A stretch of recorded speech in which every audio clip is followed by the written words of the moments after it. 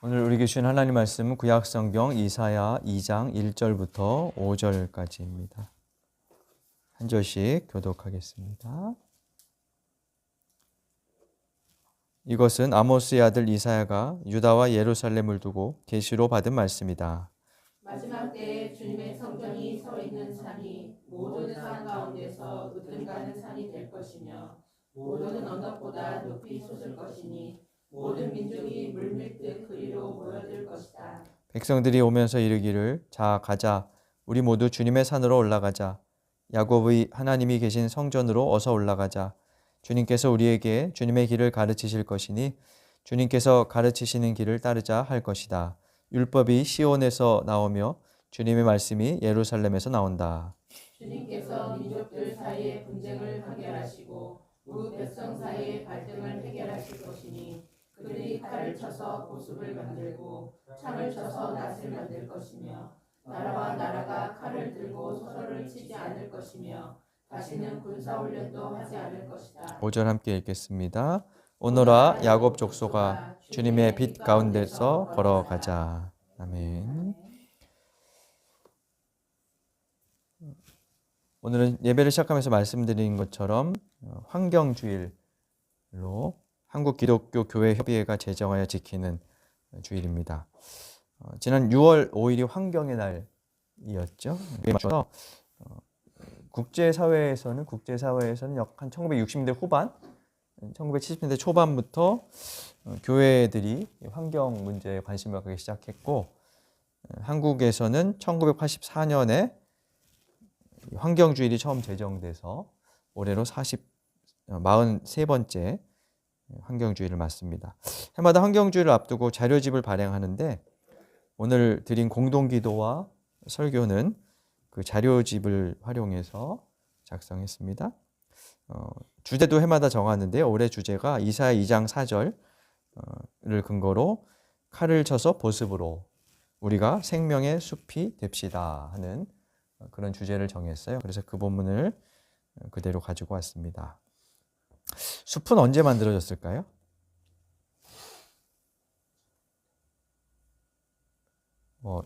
자연스러운 진화의 과정을 통해서 숲이 형성되었죠. 그런데 창세기는 하나님께서 자연 만물과 인간을 그러니까 숲을 조성하신 분이 하나님이다. 그렇게 우리에게 알려주지요. 창조와 진화 그런 이야기를 떠나서 이것은 우리가 가져야 할 기본적인 신앙, 창조 신앙에 관한 이야기입니다. 그래서 이 내용은 단순히 인간의 기원을 설명하는 데서 그치는 것이 아니고 하나님과 인간 그리고 자연이 서로 어떻게 연결되어 있는지를 보여주는 하나의 세계관이라고 할 수 있어요. 히브리어에서 인간을 뜻하는 단어가 아담입니다. 그러니까 창세기에 보면 아담을 고유명사 남자 사람으로 그렇게 생각하지만 인간이라는 뜻이고요. 그리고 땅을 의미하는 아다마라는 단어에서 나온 말입니다. 그러니까 아다마 땅에서 나온 존재가 아담 인간이다 이런 말이죠. 이 두 단어는 모두 붉다 혹은 붉은 것이라는 단어의 그 뜻의 어근에서 파생되어 온 말이에요. 아마 그 의미는 고대 사회에서 인간과 동물들이 여기서 붉은 피가 흐르는 것처럼 흙도 그와 같다. 붉은 흙이 있기도 하고 흙도 그와 마찬가지다라고 생각했음을 보여줍니다. 그래서 붉은 흙에서 사람이 나왔다는 것은 단순히 피부색을 말하는 것이 아니고 그 인간과 땅이 함께 이어져 있다는 그런 것을 암시하죠. 창세기 2장 4절은 이 언어적 관계를 신학적으로 극대화하는데요. 하나님이 흙, 그러니까 아다마로 사람, 아담을 빚으시고 생기를 불어넣으셨다. 이렇게 말씀하시죠. 인간 존재의 이중적인 본질을 보여주는 겁니다. 하나는 땅에 속한 물질로 된 존재라는 것이고요. 다른 한편으로는 하나님의 숨결을 받은 영적인 존재라는 거죠. 그리고 아담, 아다마, 사람, 흙, 땅 이 관계는 인간의 유한성과 순환성을 강조하기도 하죠. 창세기 3장 9절에 보면 하나님께서 너는 흙이니 흙으로 돌아갈 것이다 라고 말씀하시는 내용이 있죠. 그 선언을 우리는 비극적으로 듣습니다만 사실 사람이 어떤 존재인지를 보여주는 것이라 할 수 있어요. 결국 인간은 다시 아담으로 돌아가는 존재라는 거죠. 그래서 인간은 자연을 지배하는 절대적인 존재가 아니라 땅과 같은 운명을 공유하고 땅에서 나와서 그 땅을 디디고 살다가 땅으로 돌아가며 순환하는 존재. 그게 창세기의 인간 이해라는 거예요. 거기에는 생태적이고 유기적인 그런 세계관이 담겨 있죠. 뿐만 아니라 창세기 2장에 보면 여자 하와가 아담의 옆구리로부터 나왔다. 갈빗대를 취해서 나왔다. 이렇게 묘사하고 있지요. 남성 중심 사회에선 이것을 여성들을 좀 이렇게 얕잡아보는 뭐 그런 말씀의 근거로 사용하기도 합니다만 이것은 인간 존재의 상호 의존성, 내적인 연관성을 보여주는 구절이라 할 수 있습니다. 아담이 하와를 보고 뭐라고 합니까? 이는 내 뼈 중에 뼈요, 살 중에 살이다. 그렇게 창세기에 보면 얘기하는데요. 같은 본질을 공유한다는 뜻이고 사람이 고립된 개체가 아니라 타자와의 관계 속에서 자신을 완성한다는 그런 것을 보여주는 구절이죠. 근데 하와와 아담의 관계는 또 재미있습니다. 하와가 처음에 아담에게서 나왔다고 했습니다. 그런데 그 다음 아담들은 누구에게서 나오나요? 모두 하와에게서 나오죠. 이게 순환되는 거죠. 그러니까 아담과 하와의 관계는 마치 아담과 아담과의 관계와 유사해요. 사람이 땅에 서서 땅으로 돌아가는 것처럼 모든 사람이 하와가 아담에게서 나서 다시 그 아담은 또 하와를 통해서 태어나고 이런 관계들이 순환되는 거죠. 성경은 존재와 생명이 상호 의존되어 있고 그처럼 역동적으로 순환하며 이 세계가 형성되고 유지된다라고 하는 것을 우리에게 말하고 있는 것 같습니다. 그래서 선악과를 먹고 죄를 지은 후 땅이 너로 말미암아 저주를 받는다라고 하신 하나님의 말씀도 같은 맥락에서 우리가 이해해 볼 수 있어요. 인간의 죄, 혹은 사람의 어떤 행위들이 개인의 문제를 넘어 결국 자연세계 전체에도 영향을 미칠 수밖에 없다라고 하는 것이죠. 인간의 타락은 우리 내부의 윤리적, 도덕적, 인간 세계 내부의 어떤 문제만이 아니라 땅과 창조 세계를 함께 뒤흔드는 그런 사건이 될 수 있다는 거죠. 이런 생각은 가인과 아벨 이야기에서 더욱 분명하게 보여지는데 가인이 아벨을 죽였을 때 하나님이 이런 말씀을 하세요. 내 아우의 핏소리가 땅에서부터 내게 호소한다. 그러니까 땅에 묻혀서 그 속에서 그 아벨이 지금 부르짖고 있다 그렇게 볼 수도 있지만 여기서 땅은 단순히 사건의 배경이 아니라 인간의 폭력을 보고 기억하는, 그래서 하나님께 그걸 증언하는 그런 존재로 이제 그려지고 있는 거죠. 그래서 가인에게 하나님은 땅이 그 효력을 너에게 주지 않을 것이다. 이렇게 심판의 선언을 하세요. 땅이 효력을 주지 않는다는 말은 쉽게 얘기하면 농업 생산성이 나오지 않는다 그런 뜻인데 땅의 어떤 보복 이런 것을 말하는 거죠. 인간의 죄가 땅의 생산성까지 무너뜨리고 더 나아가서는 사람과 자연의 관계 자체를 깨트린다는 사실을 보여주죠. 성경의 다른 곳에서도 이와 같은 관계를 강조하는 구절들이 들어 있습니다. 레위기에서는 인간의 죄로 인해서 땅이 더러워지고 땅이 그 주민들을 토해내고 있다. 이런 표현도 있고요. 이사야서 24장에 보면 땅이 그 주민 때문에 더럽혀졌다. 라고 하면서 사람의 불순종이 땅의 파괴로 이어진다고 말합니다. 아모스도 인간의 불의와 잘못은 초장을 시들게 하고 갈멜산 꼭대기를 마르게 한다. 이렇게 이야기하기도 합니다. 상징적인 표현들이지만 구약 성서의 세계에서는 인간과 자연이 분리된 존재가 아니라 하나의 공동체로 연결되어 있고 인간의 죄나 허물 어떤 행위들이 창조 세계에 영향을 미치고 또 그 창조 세계가 사람에게 영향을 미치는 그런 공생의 가치관을 가지고 있다는 것을 구약 성서가 우리에게 보여주죠. 신약에서는 이 생각이 더 넓어진다고 볼 수 있습니다. 요한복음 3장에 보면 하나님이 세상을 사랑하셔서 독생자를 보내셨다 하는데 그 세상은 우리를 포함한 모든 피조 세계를 말하고요. 바울에 따르면 우리 교동문에서도 읽었습니다만 모든 피조물이 함께 탄식하며 구원을 열망한다 이렇게 말하죠. 모든 피조물이 함께 탄식하고 고통을 겪고 있는 상황, 그것을 이야기하고 있습니다. 인간의 죄로 인해 자연 전체가 함께 고통받고 있다는 것. 그래서 인간의 구원은 개인의 문제가 아니라 그것에서 그치지 않고 결국 창조세계 전체의 회복과 연결된다는 것이죠. 그러니까 창조세계가 파괴된다면, 그리고 파괴되면 파괴될수록 인간의 구원도 온전할 수 없고 완전하지 않다는 것을 생각할 수 있습니다. 그러나 지금 인류는 그렇지 않아도 심각한 환경 파괴를 전쟁으로 가중시키고 있습니다.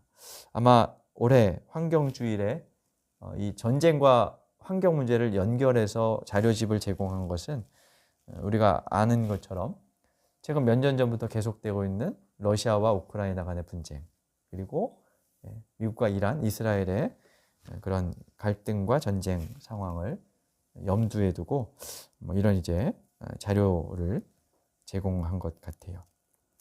전쟁과 군사무기는 기후 위기 시대에 단지 사람의 생명만을 파괴하는 것이 아니고 대기, 토양, 물, 숲과 농지 모든 것을 무너뜨립니다.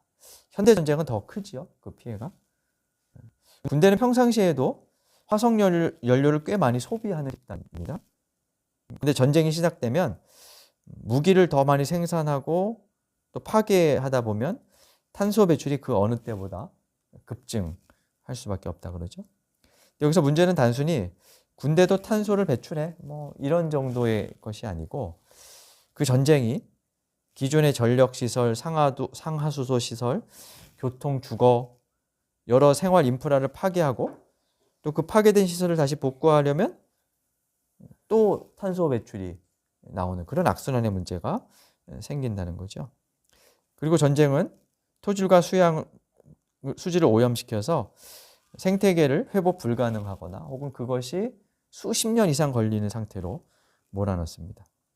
가자 지구에 대한 유엔 환경 계획의 최근 평가 보고에 따르면 전쟁으로 인해서 그곳의 하수, 건물 잔해, 독성 물질이 그 땅에 깊이 스며들어서 물과 공기, 땅을 오염시켰다고 하고요. 폐수 처리 시설이라든지 식수 이런 것들이 없다 보니까 또 그 오염이 심각하고 그래서 인간의 생존과 삶의 문제를 심각하게 저하시키고 있다고 얘기하죠. 그곳은 이미 더운 기후이고 또 물이 부족한 국가인데 그런 지역인데 전쟁으로 이게 이제 가중되니까 삶의 체계가 완전히 무너지게 되고 그것은 온도 상승, 질병, 식량 불안으로 연쇄적으로 이제 커지는 그런 그 결과를 낳는 거죠. 1991년에 걸프전 때 유전이 많이 파괴되면서 그 유전에서 대기오염과 토양 오염을 시키는 물질들이 대거 방출되었고 그 주변 일대가 이제 그랬었다 그래요. 아마 이번 전쟁 결과도 그와 같을 것이다라고 얘기하죠. 베트남에서 고엽제를 사용해서 했던 문제는 다 아실 겁니다, 그죠? 지금까지도 그 후유증이 남아 있다고 합니다. 꽤 오랫동안 그 독성 잔류물이 남아 있고 지금도 베트남에서는 토양 정화, 건강 피해에 대한 대응을 계속하고 있다고 하죠. 그러니까 이 전쟁은 단지 그 시점의 문제가 아니라 이후 세대와 세대를 넘어서서 우리에게 그리고 생태계에도 상처를 남긴다는 사실을 보여주죠. 전쟁이 없어도 개발로 기후 위기라는 긴박한 상황을 맞고 있는 현실에서 전쟁은 회복이 어려운 후유증을 남기는 거고요. 전쟁 준비에 쏟아부을 그 지출이 기후 위기에 대한 대응을 할 수 있는 그런 사회 능력을 약화시키는 그런 결과를 초래하고 있죠. 물론 기후 위기나 환경 파괴가 전쟁의 직접적인 유일한 원인이라고 볼 수는 없는데 분쟁의 가능성을 높이는 꽤 큰 위험 요인 중에 하나라고 합니다. 가장 자주 거론되는 문제가 물과 농업의 위기라고 그래요. 우리도 이제 겪고 있습니다만 기후 변화가 강수량을 불규칙하게 하고 가뭄이나 폭염을 심화시키죠. 그러다 보니까 농업 생산이나 목축을 주로 하는 목축 기반을 약화시킵니다. 그러면 어떻게 될까요? 우리도 예전에 그런 일들이 있었죠. 농업 사회 때 서로 이제 모내기철 되면 물 확보하기 위해서 마을 간의 싸움이 일어나기도 하고 이웃 간의 다툼이 생기기도 하고 그런데 그런 일들이 이제 일어난다는 거죠. 그래서 목초지를 찾기 위해 물을 찾기 위해 공동체 간의 경쟁이 심해지고 또 국가 간의 이를 조정할 능력이 약해질수록 분쟁이 커진다는 겁니다. 예전에 시리아 내전이 이 연결고리를 보여주는 대표적인 사례라고 하는데요. 우리는 이제 시리아 내전 그것만 기억하는데 자료에 따르면 2007년부터 2010년까지 시리아 지역에 아주 심각한 가뭄이 있었다 그래요. 그래서 비가 내리지 않으므로 토양 내 수분이 감소되고 그러다 보니까 농촌 경제가 무너지고 그럼 농촌에서 삶이 어려워진 사람들은 도시로 가겠죠. 도시에 가서 도시 빈민이 됩니다. 그러면 도시 내에서 이미 존재하던 실업이나 불평등 이런 것들이 이제 가중되면서 정부의 무능 그게 이제 극대화되고 그게 폭력으로 그리고 내전으로 그렇게 이제 이어진다는 거죠. 기후 변화가 직접적인 원인은 아니라 말씀드렸습니다만 그게 불러오는 여러 가지 현상들이 정치, 사회, 경제적으로 쌓여있던 불만들을 이제 표출시키는 그런 원인은 될 수 있다는 거죠. 최근에는 인더스강을 공유하는 인도와 파키스탄이 좀 갈등 상황에 있다고 하는데요. 두 국가가 인더스강 수자원 조약을 맺고 서로 이제 강을 공유하기 위해서 협력해 왔는데 기후 위기 때문에 유량이 변화하니까 인도가 강을 독점하려는 그런 이제 움직임을 보이고 있다고 그래요. 그래서 물을 무기화하는 거죠. 물 자체를 무기화하는 거예요. 파키스탄이 그에 대해서 이렇게 이의를 제기하고 이런다고 하는데 국경을 넘는 강 같은 경우 어떻게 이걸 잘 공유하느냐 그게 이제 분쟁을 줄이는 방법인데 어느 한 국가가 독점하려다 보면 그와 같은 이제 문제들이 생긴다는 거죠. 강수가 줄고 땅은 메마르고 그로 인해서 먹을 것은 줄고 사람들이 농촌을 떠나고 국가는 이를 조정할 능력이 없을 때 국내나 국제 갈등이 더 심각해지고 그것이 전쟁으로 이어질 수밖에 없다는 거죠. 그래서 오늘날 기후 위기에 대한 적절한 대응은 단지 환경 정책만이 아니라 국제 사회를 위한 평화 정책이기도 하다라고 볼 수 있습니다.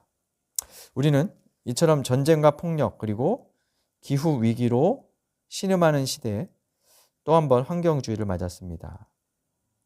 그리스도인에게 칼과 창을 쳐서 농기구를 만드는 것, 그것은 정의와 평화, 생명을 향한 신앙, 정치, 경제, 문화적인 고백이자 대전환을 의미합니다. 이사야 시대는 아시리아라는 신흥 강국이 북이스라엘을 멸망시키고 남유다까지, 그러니까 이사야가 살고 있던 남유다까지 위협하던 시대였습니다. 그 시대에 필요한 것은 아마 아시리아에 대항하기 위한 무기 개발, 확보였을 겁니다. 근데 그 시대 이사야는 그 반대의 사고를 지금 하고 있어요. 하나님의 산에 모여서 그분으로부터는 말씀을 듣고 사고의 전환을 이루어서 칼과 창을 농기구로 바꾸는 평화의 세상. 그래서 칼과 창으로 숲을 파괴하는 것이 아니라 그것으로 숲을 오히려 가꾸고 풍성하게 하는 그런 세상을 꿈꾸고 있는 거죠. 이 자료집을 집필한 목사님이 자료집안에 이런 내용을 써놨습니다. 한국 전쟁과 관련한 다큐멘터리를 보았던 내용이었는데요. 낙동강 전투가 치열하던 그 시대에 영화 그 자료화면 속에 이런 장면이 나왔다 그래요. 한국군과 미군이 대포를 운반하며 막 다가올 전투를 준비하고 있었는데 그 화면에 저 안쪽 바깥 구석에서 한 농부가 논을 갈고 있는 그 장면이 멀리서 보이더라는 겁니다. 그래서 이 목사님이 그 장면을 보면서 포탄이 빗발치는 전쟁터에서도 누군가는 저렇게 밭을 갈고 씨를 뿌리며 생명을 일구는구나. 그것이 교회의 사명이 아니겠는가라고 이야기를 합니다. 기후위기 시대에 교회의 역할이 무엇이고 전쟁과 폭력의 시대에 그리스도인의 사명이 무엇인지 물어본다면 우리는 칼을 쳐서 쟁기를 만들고 포탄이 빗발치는 세상에서 씨를 뿌리고 숲을 만드는 일이라고 대답해야 합니다. 무서운 전쟁 무기인 칼과 창을 녹여 농기구로 바꾸는 살림과 평화의 세상을 꿈꾸며 노래했던 이사야의 꿈이 우리의 소명이 되어 가시와 엉겅퀴가 가득한 창조 세계를 아름다운 숲, 에덴으로 바꾸는 그 꿈을 우리도 함께 꾸고 또 그 일을 위해 숲이 되어 살아가는 우리가 될 수 있기를 간절히 바랍니다. 주신 말씀 되새기며 다짐의 기도 드리겠습니다.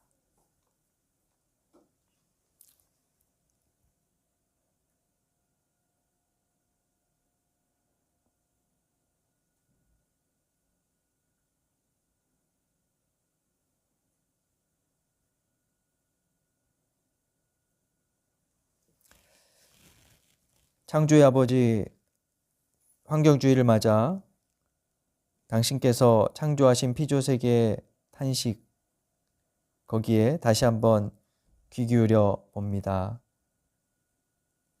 더 이상 전쟁과 아픔이 없는 세상을 위해 숲이 되고 숲을 가꾸는 저희들이 되기를 다짐합니다.